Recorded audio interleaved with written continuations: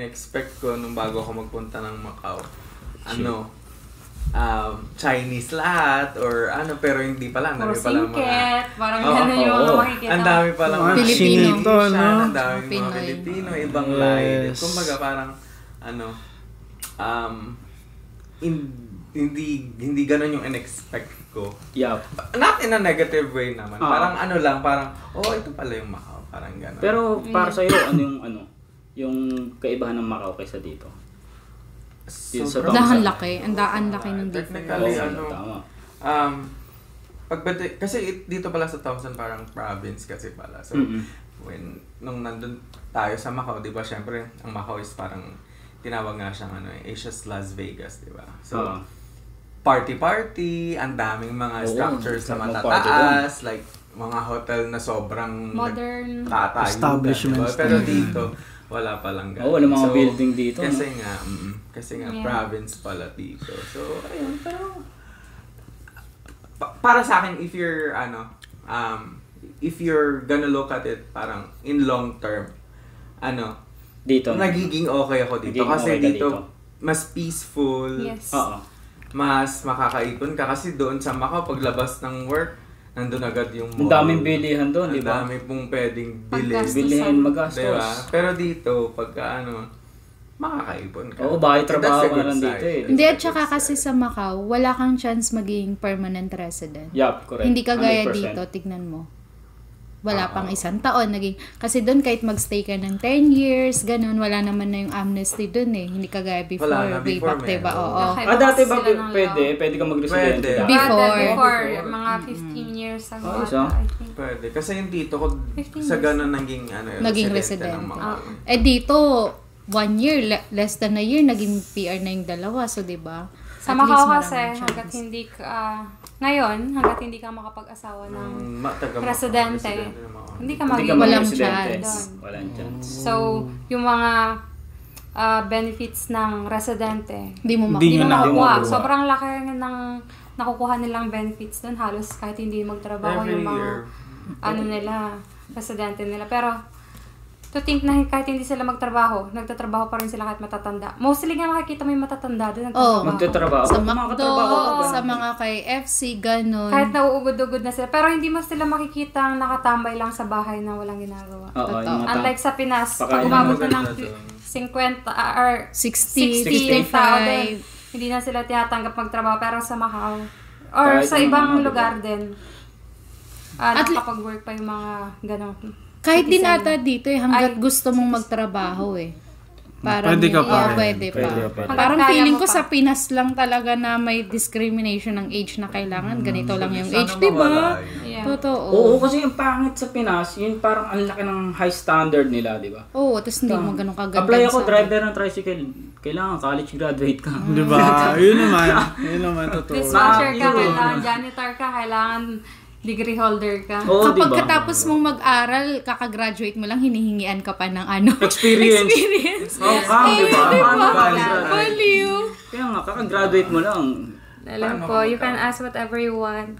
Kaya nga siguro maganda yung iba talaga. Kahit mga doktor, mga nurses, ganyan, talagang pumupunta sila dito sa ibang bansa. Canada, US, Spain, Europe, ganyan. Kahit mag-babysit sila o kaya mag-nanny. Kasi nga, hindi mo naman kikitain yung kinikita nila doon. Doon nga may profession ka, pero ang liit lang naman ang kita. Halos triple pag kinita mo dito sa ibang bansa. Tama. Pero ang saya, sobrang saya ng Pilipinas kaysa sa Canada. Grabe.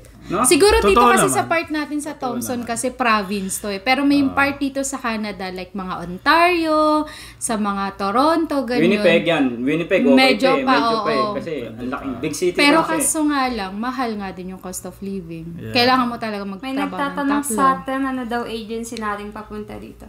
So guys, wala kaming agency papunta dito. Yeah, wala po. Direct hire kami. Hire po. At galing kami ng province nomination. Po. May ganun kasing entry dito. Yes. Na Yung path namin is galing ng province nomination tapos direct hire na kami. Yes, Pwede guys. kayo mag-search about sa province nomination about Canada. Tapos makikita nyo doon yung mga Pwede yung, yeah. Na hindi mo na kailangan dumaan sa ibang agency. Pag nominate ka kasi mas madali. Kasi, pero, yun kasi provincial nominate. Provincial. Kaso nga lang, nun, hindi ka pwedeng umalis dun sa province na nag-nominate sa'yo. Kung gusto mo pumunta ng city. Kasi sinuport ka ng province mo. Yes. Dapat, ginawa ka nilang residente para doon ka sa kanila, mag-stay ka. Para tulungan mo silang mag-establish makapag-contribute, sa community ng province na nag-nominate sa'yo. Ganun po. Yeah. Yes, sir. So, siguro first impression dito sa Thompson talaga is bundok. Oo, bundok. No? As in, seryoso. Gusto ko yung bundok. Pero kung lang naman din, kung wise, think, okay kasi makakaipon ka talaga. Alright. Yung Thompson kasi para sa akin, parang pang family ka na dito talaga eh. Oo. Kasi easy access lahat eh. Parang pang retirement. Pang retirement, yeah. Maliit lang siya na community pero solid naman lahat ng nandito lahat ng pera. Yeah. Tsaka ang lalapit lang, part-time ka, 5 minutes, andiyan ka na sa Yes. Tulad sa mga big city. Big city. Ang hirap, hassle, may rush hour. Walang traffic. Walang traffic. Walang free parking. walang wala talaga dito. Free lahat. Seryoso. Unlike pumunta ka ng ibang big cities, park ka lang dyan, bayad na lang oras, right? Yung pumunta tayong Winnipeg, magkano ang kada parking natin? Parang $7, $3. Depende. Yung Depende sa kung street lang na parking nasa per 7. hour 350 per hour. Depende kung Depende pa sa pinagparkan mo kasi merong pinagparkan mas natin na mas mahal, 'di ba? Yung per hour nila. Dito wala kami nun. Yes. Si Tassi daw, taga Macau daw. Nasa Hi Macau guys. Hello. So kami, lahat kami. Yan si Kuya Jai, galing yan ng Macau. Ako, si Jam at si Jan. Yan. Ito galing US. Ito galing US. US boy. Galing kami lahat ng Macau. Taga-ibang bansa, tsaka US. Ikaw Paps, anong buhay mo doon sa US? Oo Yeah. nga. Let us know kung anong buhay mo sa Ano bang US. buhay sa US? Actually, ang buhay sa US parang same lang naman ng sa Canada. Oo. Hindi naman ako masyado nagtagal talaga sa US. Siguro 6 months to be exact, nagstay ako sa US. Doon naman sa pinuntahan ko, which is yung Arizona. Same dito. Actually, same na same. Ang pinagkaiba nga lang doon is sobrang init. Sobrang init. Sobrang Marami init. din lasing doon. Yun naman ang wala. Wala. Yun naman ang wala. Pero ang napansin ko doon, maliit yung community, pero hindi siya tulad dito sa Thompson. Yun nga, tulad ng sabi nyo, lakad lang kayo, 5 minutes, ayan na eh. Di ba? Sobrang easy Doon access hindi. sa lahat. Hindi mo siya pwedeng lakarin lang. Kasi Kailangan talaga magsasakyan. vehicle talaga ang Okay, pero may sasakyan kayo doon, 'di ba? Yes. Nakakuha kayo. Ayos, no? Sige lang. Ilang taon kayo doon? 6 months. 6 months lang. Mabilis lang talaga. Pero yung driver's license doon, madali lang kumuha. Driver license. Anong gamit mo ng lisensya? Yung Pinas? Oo, pwede. Pinas ang ginamit ko. Kahit yung sa'yo, di ba, pinasagamit mo pa dito? 3 months. Dito. 3 3 months. Kasi pa-expired na rin kasi siya. Hindi, 3 months lang 3 talaga. months lang? 3 months lang talaga. Okay. Yun lang yung validity niya talaga. 3 months lang. I Tapos, see. kung wala kang driver's license, halimbawa sa Pinas, tapos magkukuha ka dito, kailangan mo muna ng knowledge test. And then after that, kapag nakapasa ka, mag-wait ka ng 9 months. Tsaka ka pa lang makakapag actual driving test. Kasi kapag pumasa ka doon, nandun yun. Yun lang maganda talaga dito sa Canada kasi sinasala nila yung talagang kapasidad mo na bilang maging driver. Kailangan mo talaga na in the proper way, kailangan mong gumalaw. Kasi hindi tulad sa Pinas, di ba? Pero alam eh. Oh my God. Sir.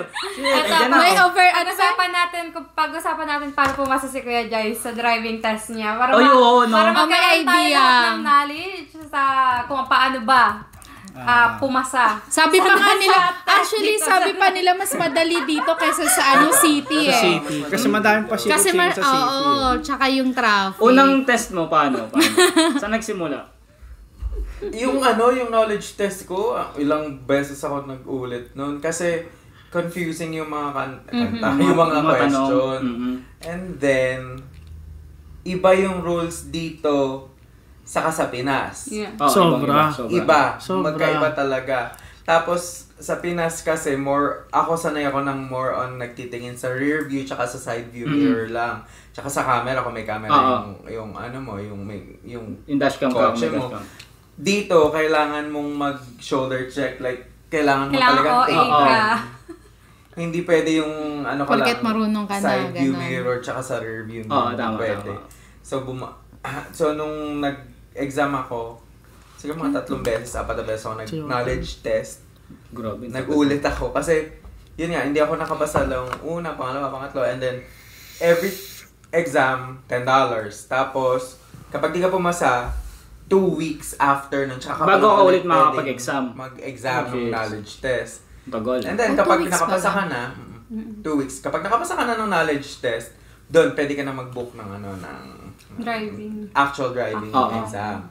So, doon, pwede kang magdala ng sasakyan ng kahit anong gusto mong sasakyan na gamitin. Wala naman silang papagamit sa'yo eh. So, yun na yung advantage mo na dapat yung gagamitin mo sasakyan. Yun na yung advantage mo. However, kung wala kang experience, for sure, kailangan mo mag-schooling. So, dito, meron schooling dito. Pero, hindi ko alam kung magkano. Kasi meron doon sa Manitoba Public Insurance, which is yung MPI, parang anong tawag sa atin? LTO. Parang ganun sa atin. Meron silang sinasuggest na kung gusto mo mag-schooling. Kasi, nung nakapasa na ako ng knowledge test sa driving, edi yung actual na, 4 na beses ka dapat pwedeng mag-actual. So, yung pang-4 ko, tsaka pala ako pumasa. Pero, nung hindi ako pumasa ng pangatlo, nag-inquire na ako about sa driving. Para sure na, di ba? Para sure. Yun, sinabi nila, meron silang inano sa akin. May another chance pero ka another bayad, yun. So, yun dito, yung actual test is 4 na beses ka lang pwedeng mag-actual test. Pag hindi mo napasa yung 4 na beses, kailangan mo mag-schooling. Strict talaga. Kahit sa di ba? Konti pagkakamali mo lang sa driving test mo, di ba? Sa'yo, ano yung mga pagkakamali mo na shoulder check. Ko yung una ko. Shoulder check. Yung una kong exam, shoulder check. Grabe. Hindi ako nag-shoulder check. Kasi nga, sanay ako ng rear view lang, tsaka side view mirror lang. Hindi talaga ako nag-shoulder check. Bibihira. Dito kailangan talagang nag-shoulder check ka. Kailangan yung paglingon. Tapos, yun yung una. Yung sa pangalawa, yung pangalawa, yung parallel parking, bumagsak ako sa parallel parking. Nasagi niya yung Naatrasan ko yung pole. Dapat hindi mo maatrasan yun. Kasi, yun yung considered as tao or kaya sasakyan. So, ibig sabihin nun, kung na-hit mo yun, nabangga mo siya. Pangatlo, higpit, no? Yung pangatlo, yung na-confuse ako doon sa ambulance. Tsaka sa pedestrian. So, parang ang nangyari sa akin doon, may times na sobrang bagal ko daw doon sa stoplight. Sa speed limit na dapat meron ako. Halimbawa, dito. Pag rural kasi, 50 lang. Tapos kapag school zone, 30 lang. Yung may times na mabagal ako. So kasi para sa akin naging defensive na ako defensive driver na ako. So parang hindi rin pala tama yun, parang sobrang bagal mo naman kasi nasa likod mo naman, yun naman yung tapos yung masyado mo kinakain yung yung kabilang way. Halimbawa, magta-turn right ka. Yung pag two-way yun, masyado kong kinain yung kabilang lane. Kabilang lane para. So, ayun. So, medyo sobrang mahigpit talaga dito. Pero maganda. Hindi pwedeng palakasan. Maganda. Aminado ako sa Pilipinas, nagkaroon ako ng driver's license. Hindi pa ako marunong masyado mag-drive. Nag-drive ako, pero hindi masyadong marunong. Okay. Malakas lang talaga yung loob ko. So, yung kapit-kapit. Backer. Nagkaroon ako ng driver. Ano yung tawag? Fixer. Fixer. Ano lang, parang, kasi sa atin, hindi ako nag-actual test eh. Exam lang ako, written exam. Tapos nung pumasa ako doon, yun na, may lisensya ka na. Hindi ko alam kung nagpapa-actual exam. Meron na. Ngayon, alam ko. Meron na. Tapos parang may bayad ka. May bayad din yun. Oo. So, ayun. So, pero,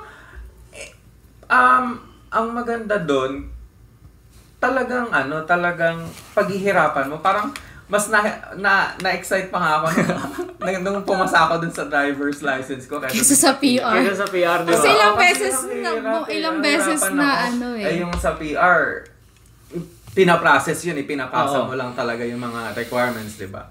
Pero yun sa driving, ubos ka lang oras doon eh. Oo, as in mag-effort ka talagang, alam mo yung parang, naano ka sa sarili mo na, kaya ko naman yun, alam ko naman gawin yung parallel parking, ba't bumagsak ako? Alam ko naman mag-drive, nakakapunta naman ako, nakapag-drive naman talaga ako, pero ba't hindi pa rin ako makapasa ng driver's license dito? So, nakaka-frustrate. Yeah. Pero at least, ayun, okay naman.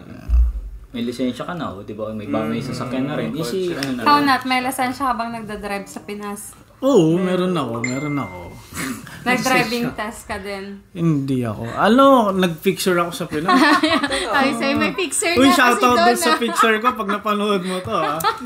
Hindi ka na lang namin papangalanan. Oo, hindi na ako magdi-disclose. Ilang taon ka nung binigyan ng lisensya? Ilang taon ba ako nun? Wala pa ata 12. Siguro Uy, sa atin, parang 18. Kung anong age mo, kunwari, siguro mga 15 pa lang ata, pwede ka na kumuha ng lisensya, no? Talaga Hindi. ba? Pero, 18 eh. Alam ko 18. 18 ba? Pataas pa din. Alam ko pwede 15, pero yung lisensya mo is yung... Student. Student Oo. license. Student. Pero kailangan mo na may guardian. Oo, kaya alam ko, feel ko, yun, pwede. Dito yata, ganun rin ba? Hindi Ako first Hindi ako sure, dito first sa time Canada ko ako. magka-lisensya dun sa Pinas. Ano lang, student lang. Student Lang, nahuli ako. Kasi papasok ako sa school noon eh, no? Nahuli ako. So wala na, hindi ko na inan yung lisensya ko. Papel lang ata muna pag student, di ba? Parang papel muna. Oo. Tapos parang may non-pro, tas pro, parang gano'n. Pero kahit saan kami nakakarating noon. Kahit Manila, wala akong lisensya. May ginawa nga ako. Tagaytay, wala akong lisensya. Ang sarap. May ginawa ako dahil nga nung mga bata-bata pa tayo, no? Yung para makapasok ko sa mga club. Oo. Ay, Meron kasi sa Manila. Pinsan ko kasi taga Manila. same tayo, B. Alin? Ay, di ko matandaan kung sa pinsan ako nagpatulong Pero nagpagawa ako na Peking alam ID. ko, di ako taga Manila eh. So, Recto, alam ko sa Recto yon. Yung gumagawa ng mga Peking fake ID. oo. Ako din Mga driver yan. license. Nagpagawa ko niya. Nagpagawa ako nun, lisensya. Pro pa ha? Oo. Pro pa. Yun, talaga. So, laking tulong ng mga, what's up, Pinas?